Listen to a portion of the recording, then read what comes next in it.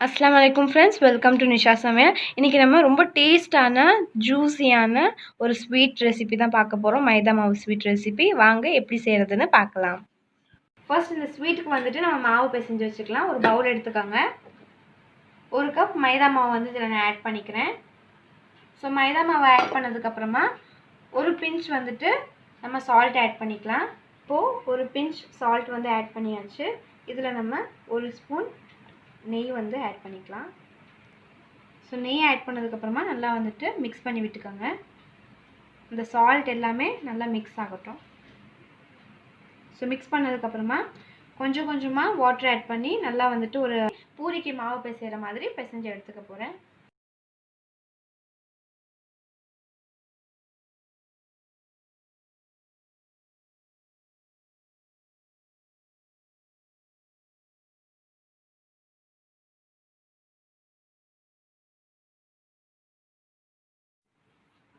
So பார்த்தீங்கன்னா நம்ம வந்து பிசைஞ்சு எடுத்தாச்சு.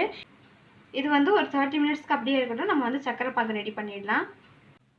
இப்போது சக்கரை பாகு நம்ம ரெடி பண்ணிடலாம். ஒரு கடாய் எடுத்துக்கோங்க. அதில் வந்து நான் 1 செம்பு தண்ணி வந்து ஆட் பண்ணிக்கிறேன். சின்ன செம்பில் ஆட் பண்ணிக்கலாம். பாயில் ஆகணும். இப்போ வந்து இது நல்லா பாயில் ஆகட்டும். இப்போ தண்ணி பார்த்திங்கன்னா பாயில் ஆக போகுது. இந்த ஸ்டேஜில் நம்ம வந்து சுகர் ஆட் பண்ணிடலாம். நான் வந்துட்டு மைதா மாவு எதில் எடுத்துருந்தேனோ அதே கப்பில் தான் வந்து நான் சுகர் எடுத்துருக்கேன். இதை வந்து ஃபுல்லாக ஆட் பண்ணிடலாம்.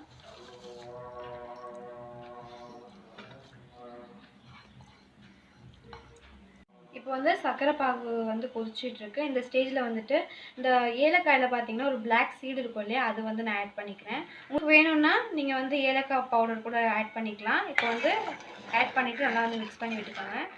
நம்மளுக்கு வந்து சக்கரை பாகு நல்லா திக்காக இருக்கணும். நம்ம கையில் வந்து ஒட்டணும். ஸோ அது மாதிரி நம்ம வந்து சக்கரை பாகு ரெடி பண்ணி எடுத்துக்கலாம். இந்த ஸ்டேஜில் பார்த்தீங்கன்னா நான் வந்து கலருக்காக சேஃப்ரான் வந்து ஆட் பண்ணிக்கிறேன். ஒரு பிஞ்ச் சேஃப்ரான் வந்து நான் ஆட் பண்ணிக்கிறேன். ஸோ ஆட் பண்ணிவிட்டு நான் மிக்ஸ் பண்ணி விட்டுக்கிறேன். ஸோ இதெல்லாம் நல்லா பாயில் ஆகட்டும். உங்களுக்கு வேணும்னா நீங்கள் வந்து லெமனோட ஒரு ஸ்லைஸ் வந்து சேர்த்துக்கிட்டிங்கன்னா இன்னும் வந்து சூப்பராக இருக்கும். ஸோ வந்து லெமன் இல்லாதனால நான் வந்து அதை ஆட் பண்ணலை. ஸோ இதெல்லாம் நல்லா பாயில் ஆகட்டும். இந்த பக்கம் பார்த்தீங்கன்னா சக்கரை பாகு நல்லா கொதிச்சிட்ருக்கு. இப்போது நம்ம வந்து மாவு ஊற வச்சு ஒரு 30 மினிட்ஸ் ஆகிடுச்சா வந்துட்டு சோக் ஆகிடுச்சு. இதை வந்து நம்ம சின்ன சின்ன பால்ஸாக போட்டு ஃபஸ்ட்டு எடுத்துக்கலாம். சின்ன சின்ன பால்ஸாக போட்டு எடுத்துக்கோங்க ஃபஸ்ட்டு.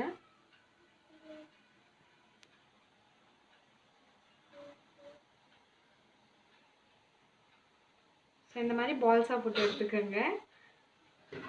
ஸோ வந்து பிளேட்டில் வச்சு பால்ஸாக போட்டு எடுத்துக்கலாம் ஃபஸ்ட்டு.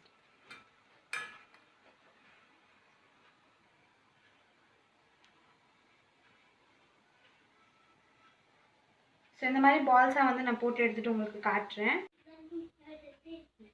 இப்போ வந்து பால்ஸ் போட்டு எடுத்தாச்சு. இப்போ இந்த பால்ஸை கையில் வச்சு இந்த மாதிரி ப்ரெஸ் பண்ணி விடுங்க. ஸோ ப்ரெஸ் பண்ணிவிட்டு வச்சுருந்தாலுமே மேலே வந்துட்டு லைட்டாக ப்ரெஸ் பண்ணி விட்டிங்கன்னா ஒரு டிசைன் வந்துடும். நான் வந்துட்டு கத்தியை வந்து இந்த மாதிரி கீறி விட்டுக்கிறேன் ஒரு டிசைனுக்கு.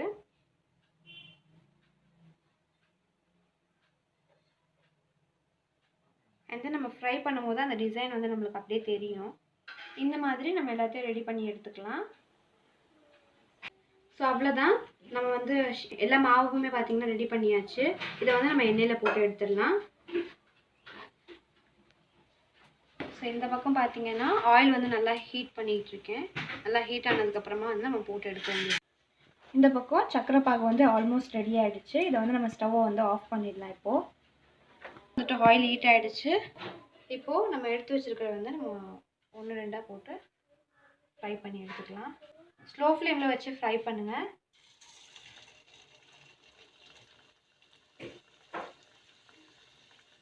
ஸோ இந்த மாதிரி நான் 2 மட்டும் போட்டு ஃப்ரை பண்ணி எடுத்துக்கிறேன். 2-3 மட்டும் போட்டு. ஸோ இது ஃப்ரை ஆகட்டும். ஸோ இதை வந்து இப்போ திருப்பி போட்டுடலாம்.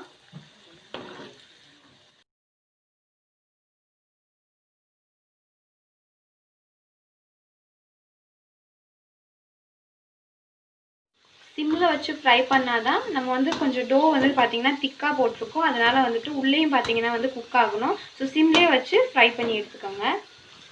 நல்லா பார்த்தீங்கன்னா ஃப்ரை ஆகிட்டு இருக்கு. ஸோ அவ்வளோதான். இந்த அளவுக்கு ஃப்ரை ஆனால் போது நம்ம இப்போ வந்து எடுத்துடலாம் இதை.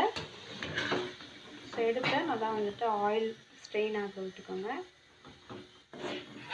ஸோ இது வந்து அப்படியே எடுத்து நம்ம ரெடி பண்ணி வச்சுருக்கோம் இல்லையா அந்த சக்கரை பாகு, அதில் வந்து ஆட் பண்ணிக்கலாம்.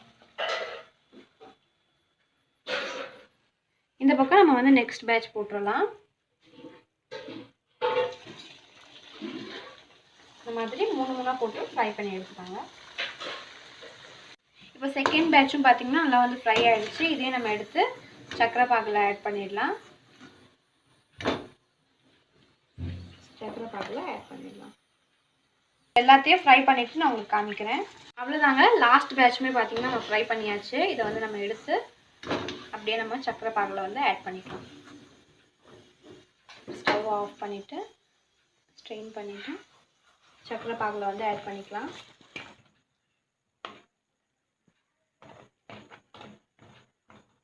இது அப்படியே வந்து ஒரு 2 ஹவர்ஸ்க்கு அப்படியே வந்துட்டு இதை சக்கரை பாகுலேயே சோக் ஆக விடுங்க. அப்போ தான் வந்துட்டு உள்ளே நல்லா ஜூஸியாக இருக்கும், அந்த சக்கரை பாகுலாம் உள்ளே இறங்கி. ஸோ அது வரைக்கும் நம்ம வெயிட் பண்ணலாம். 2 ஹவர்ஸ்க்கு அப்புறம் மைதா மாவு ஸ்வீட் எப்படி ரெடியாக இருக்குன்னு நான் உங்களுக்கு காட்டுறேன்.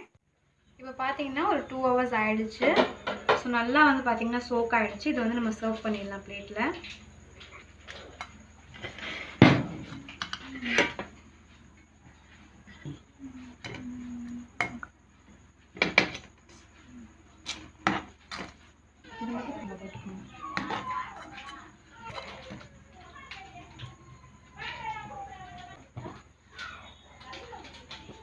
இப்போ பார்த்தீங்கன்னா பிளேட்டில் வந்து சர்வ் பண்ணியாச்சு. இதுக்கு மேலே நம்ம அந்த சுகர் சிரப்பை வந்துட்டு அப்படியே மேலே ஆட் பண்ணிடலாம்.